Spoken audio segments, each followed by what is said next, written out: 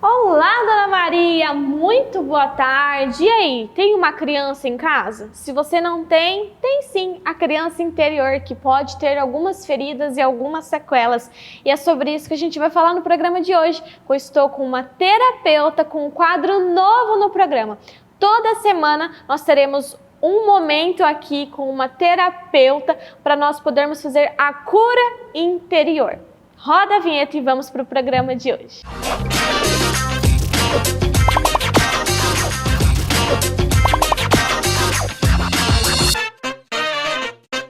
Bom, então eu estou aqui com a Magna Moraes, essa terapeuta tão especial, tão especialista, inteligentíssima, que pode te ajudar. Esse quadro é para te ajudar a identificar se você consegue perceber que você tem algum problema psicológico, algum trauma dentro de você, e aí você procura ajuda de um especialista.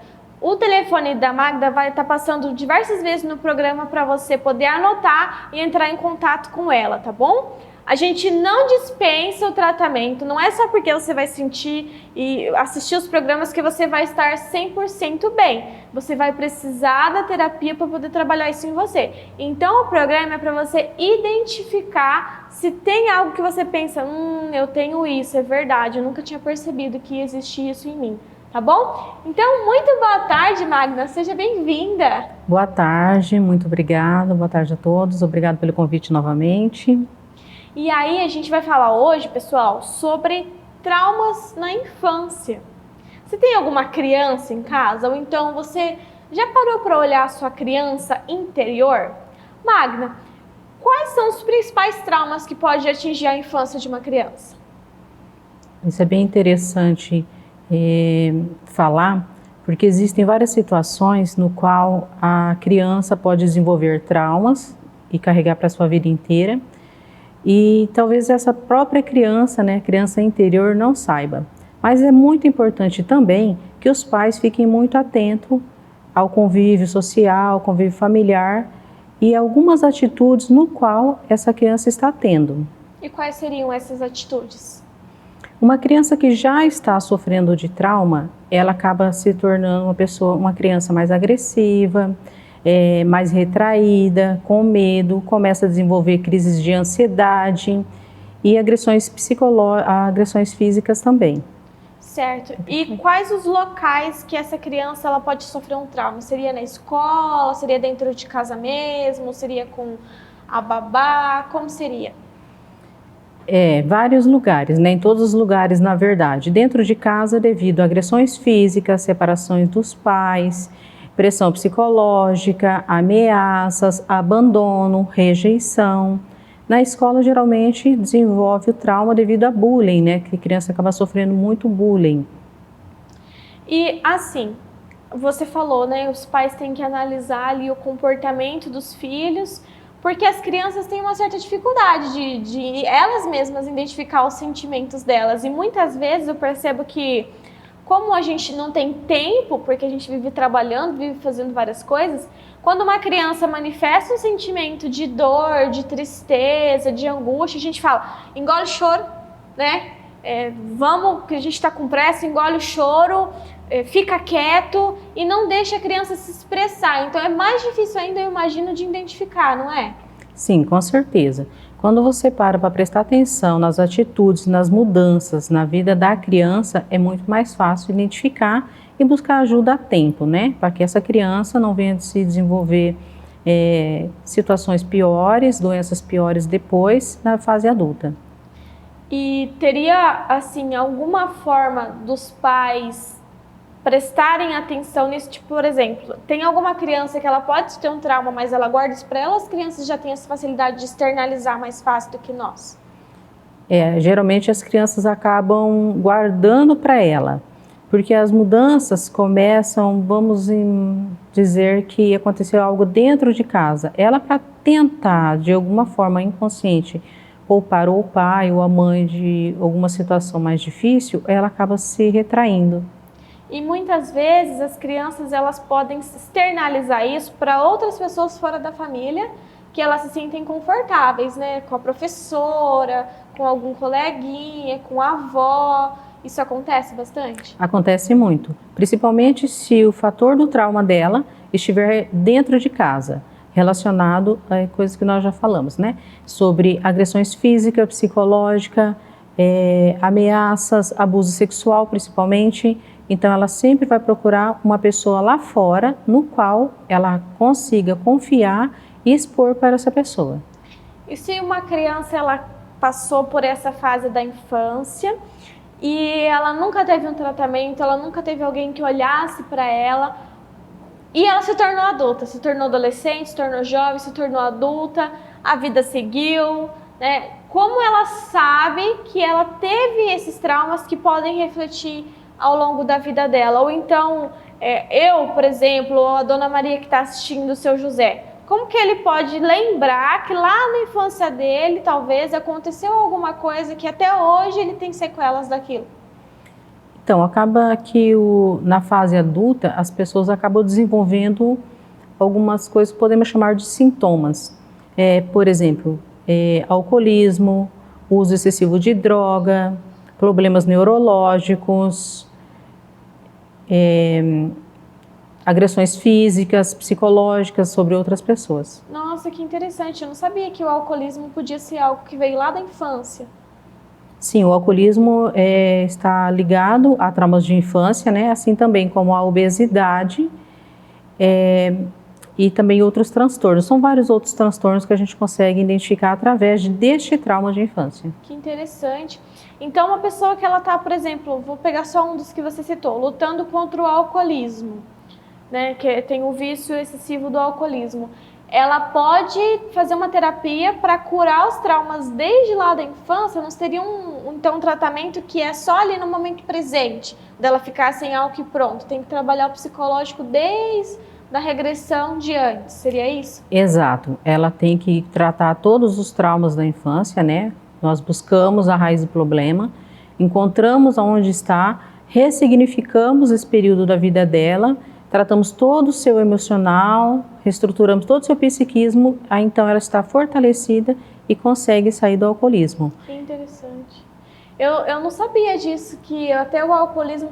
Então, praticamente todas as características de um adulto se deve ao que ele foi quando ele era criança.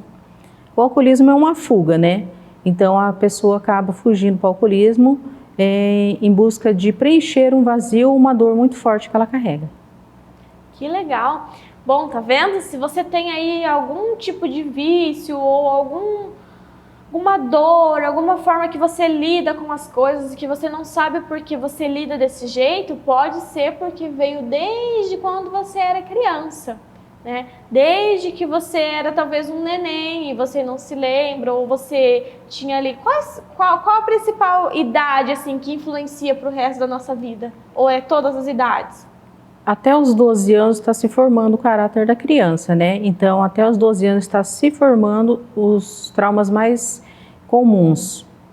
Até os 12 anos. Então, se você se lembra aí o que aconteceu até os seus 12 anos, vai tentando recapitular, mas se você não se lembra, a terapia te ajuda a lembrar, não é? Com certeza, com certeza. Através do reprocessamento emocional, nós conseguimos acessar o inconsciente e buscar as lembranças, até mesmo aquelas que estão bloqueadas, devido a algum trauma muito grande, uma dor muito grande, né? Que acaba ficando bloqueado, nós conseguimos acessar. Então seria talvez por isso que às vezes acontece assim, o mesmo pai e mãe numa família e são 3 irmãos. Aí um deu certo, entre aspas, fez uma faculdade, se formou, constituiu uma família. O outro entrou no mundo das drogas ou do alcoolismo. E aí todo mundo fica assim, mas como assim um deu certo e o outro não, sendo que é o mesmo pai e a mesma mãe? Pode ser algum evento que aconteceu na vida de um em particular que não aconteceu na vida do outro? Sim, pode ser. Ou pode acontecer também de o mesmo evento ter acontecido, né, dentro da família, né? E as crianças ter percepção diferente. Então, um acaba desenvolvendo o trauma e o outro não. Interessante. E como seria assim a forma dos pais identificarem que os seus filhos têm algum trauma, sendo que eles são adolescentes, porque os adolescentes dificilmente se abrem com os pais, né? Eles sempre abrem com os amigos, porque meu pai e minha mãe não me entendem, eles não gostam de mim, eles têm um pensamento mais assim.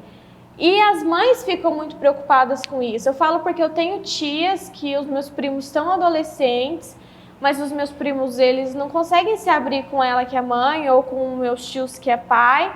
E elas ficam preocupadas porque ficam trancados dentro do quarto, não querem saber de sair. Quando saem, saem dos limites e ela não sabe o que fazer porque ela não consegue ter assim essa conversa, eles não se abrem com elas. Já identificaram que tem ali talvez alguma coisa de errado, mas não conseguem saber qual atitude tomar. O que uma mãe que tem um filho adolescente pode fazer nesse caso? Primeira coisa, ela tem que buscar um profissional, né? Buscar uma ajuda profissional para que venha a ser feito uma análise sobre a vida dessa pessoa, para que ela venha tentar ajudar da melhor forma possível. Hoje é muito difícil a gente falar sobre somente o isolamento social, porque muitos jovens, eles querem ficar no computador, eles querem ficar exclusos no seu ambiente. Porém, existem também alguns sinais que identificam.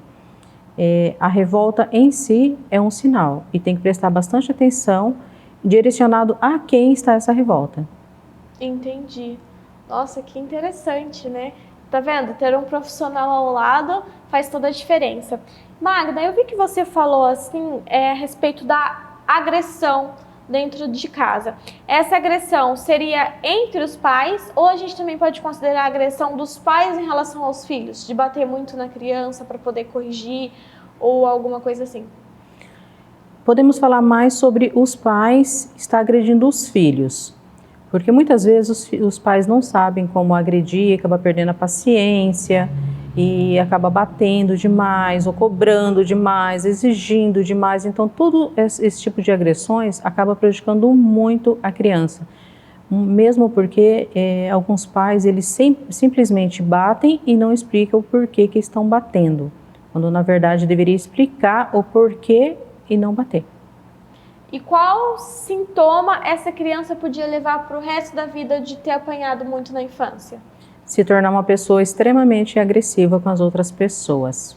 Uma pessoa sem paciência, né? Sem paciência, intolerante.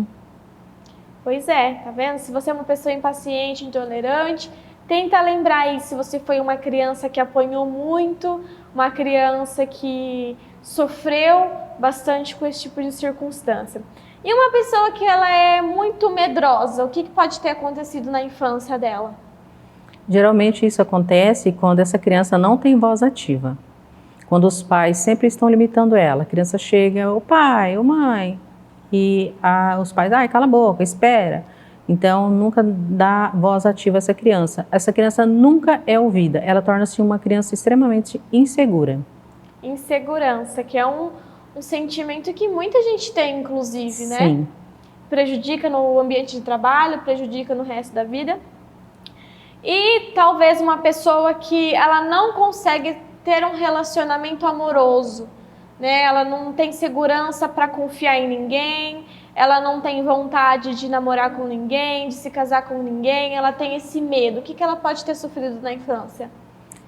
Pode ter visto várias agressões físicas e psicológicas entre os pais, né? Então isso gera na criança que relacionamento não é bom. Aí ela acaba tendo sempre insegurança, o medo de se relacionar. É como se ela estivesse tentando fugir de algo que possa retomar acontecer na vida dela. Tá vendo? Eu trouxe vários exemplos, eu hoje explorei a Magna em todos os cantinhos. Pensei em várias pessoas aqui, trouxe vários exemplos para vocês, mas tem uma situação no seu dia a dia que você não consegue lidar? Entre em contato com a Magna, que ela vai te falar, olha, pode ser que na sua infância você tenha passado por isso e aquilo.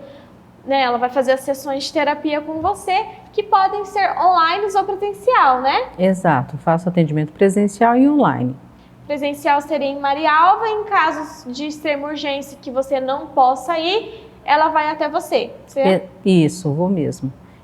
Marcamos um horário e eu me desloco da minha residência até a sua casa. Magna, muito obrigada pela sua presença no programa de hoje. Obrigado você, obrigado a todos pelo convite. E a gente fica por aqui, mas antes dá uma olhada nessa roupa linda que é lá da minha amiga Vera. A minha amiga Vera atende a domicílio, isso mesmo, ela leva até você. Então não perca tempo, manda um WhatsApp para ela para você não perder, não ficar de fora. Tem um look mais lindo do que o outro nos mais diversos tamanhos e modelos, tá bom? Então aproveita, manda um WhatsApp que ela tem de Sarandi, Maringá e região, todas as proximidades. E a gente se vê no programa de amanhã. Muito obrigada por ter nos acompanhado. Tchau, tchau!